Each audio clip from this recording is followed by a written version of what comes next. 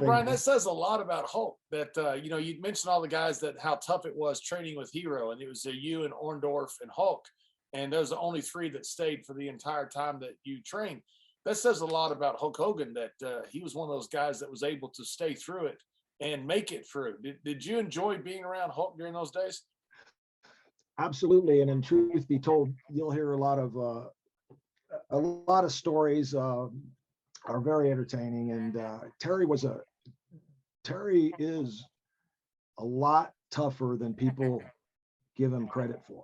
A lot of people don't realize what he went through, and of course, to the best of my knowledge, the only one that he got in a shoot with was Verne Gagne, who was a collegiate. Tell me a little about Verne Gagne's background, Gerald. He was a collegiate NCAA champion. Yeah, he beat Dick Hutton. Dick Hutton, who was that's right, a world champion. He was the only guy that beat Dick Hutton, or Dick Hutton would have been the first 4-time NCAA champion.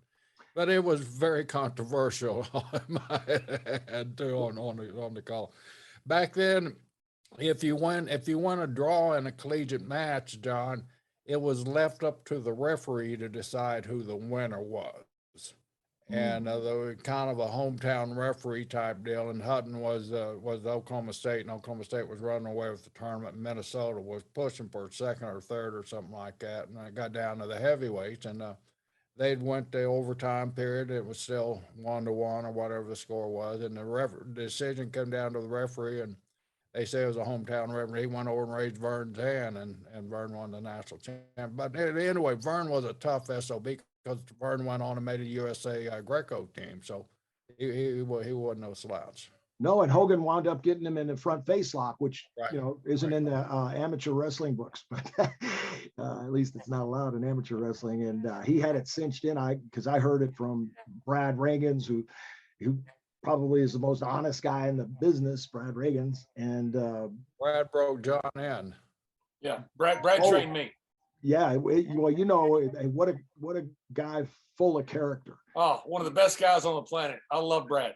And you're right. When you talk about honest, Brad doesn't embellish anything. He's just a good man.